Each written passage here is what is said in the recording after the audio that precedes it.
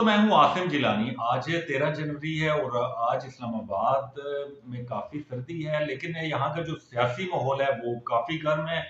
इस पर आज हम बात करते हैं। हमारे साथ मौजूद है सीनियर जर्नलिस्ट ज़मीर हुसैन। ज़मीर साहब, इनकी बड़ी गहरी नज़र होती है जो सियासी एक्टिविटीज़ होती हैं उन पर। तो ज़मीर साहब, आज बताइएगा, आज 190 मिलियन पाउंड का जो केस था उसका फैसला आना था, इस पर भी आप बताइएगा। और बाकी जो एक्टिविटी चल रही है, क्या हो रहा है, क्या होने जा रहा है, ये ज़रा बताइएगा।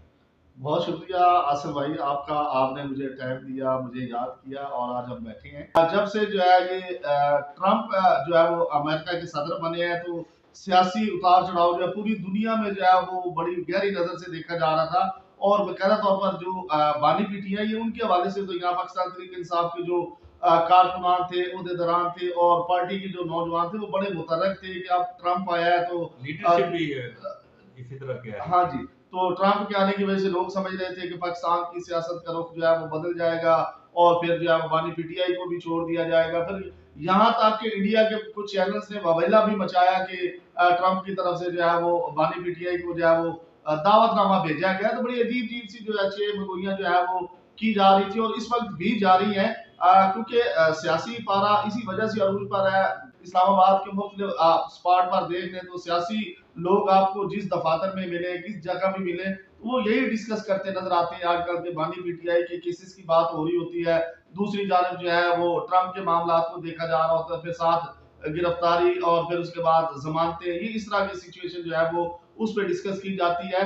जहां तक हम बात कर रहे थे 190 मिलियन पाउंड का जो केस चल रहा है उसकी आज बकायदा तौर पर जो है वो फैसला सुनाया जाना था, फैसला महफूज किया गया था। 100 के करीब जो है वो समातें की गई और बानी पीटीआई और बुशरा बीबी के हवाले से जो है आप जो इस केस को जो है वो काफी लंबा ट्रायल जो है इसका चलाया गया। 100 समातें जो है वो बड़ा वक्त रखती है, बड़ा टाइम रखती है, बड़ा मानी रखती है। जज थे वो बाकायदा तौर पर टाइम पर पहुंचे, लेकिन उनकी तरफ से जो है वो जो मामला सामने आया कि बानी पीटीआई जो है वो पेश नहीं हुए, उनके वकील पेश नहीं हुए, बुशरा बीबी पेश नहीं हुई। तो इस तरह के मामला जो है आज जो है वो देखने को मिले और फिर जो आज फैसला आना था वो एक बार फिर मौखर कर दिया गया। तीसरी बार ये फैसला जो है वो मौखर किया गया। सबसे बड़ी बल्कि आज की ये खबर थी कि फैसला आएगा और क्या फैसला आएगा। इसी हवाले से लोग जो है वो कुछ लोग तो उम्मीदें लगा के बैठे हुए थे कि खान के हक में आएगा और कुछ लोग ये कह रहे थे कि फैसला जो है उनके हक में नहीं आएगा। कुछ लोग तो यहाँ तक भी कह रहे थे कि फैसला जो है वो फैसला आने के बाद उनको जो है वो बनी गाला जो है वो मुंतकिल किया जाएगा।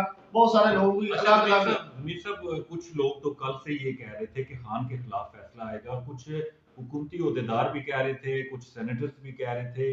तो उनको क्या कोई इल्हाम हो गया था कि ये फैसला खान के खिलाफ आ रहा है? पीटीआई वाले तो ये भी कह रहे थे कि ये एक भोंडा केस है।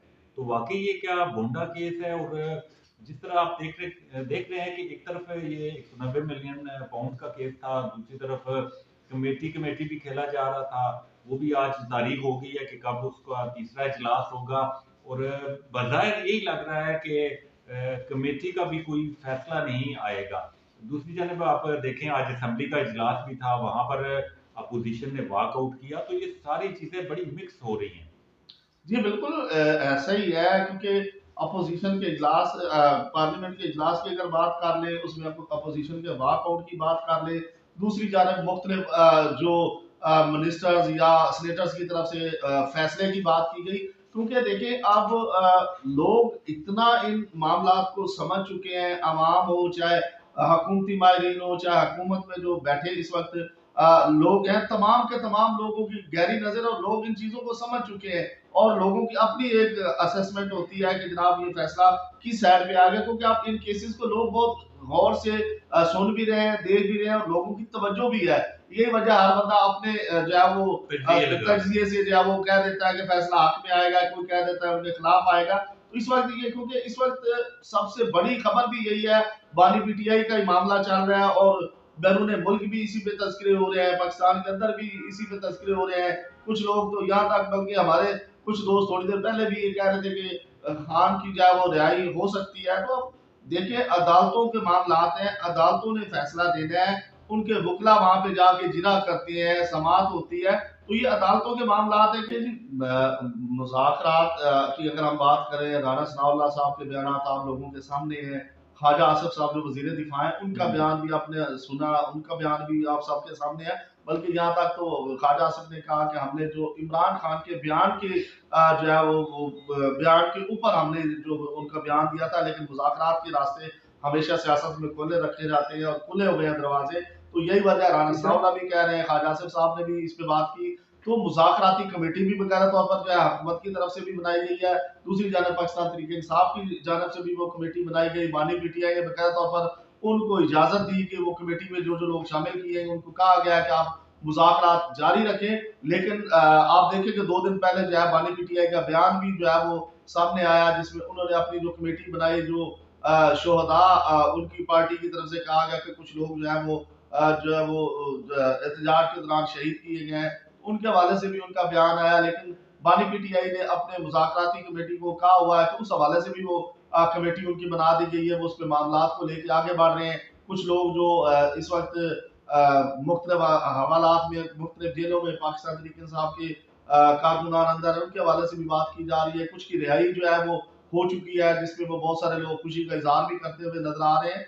तो अब केस ट्रायल जहां तक देखा जाए तो केसेस के ट्रायल हो रहे हैं, जिस वजह से उनको रिलीफ भी मिल रहा है। जो लोग बेगुनाह है उनको छोड़ा जा रहा है, उनको जो है वो माफी दी जा रही है। और जो लोग इस काबिल नहीं है, जो इन केसेस में ज्यादा बहुत गहराई तक जिनका हाथ है, उनके खिलाफ जो है वो ट्रायल चल भी रहे हैं। तो आप देखना ये है क्योंकि सियासी पारा जो है वो अरूज पर है।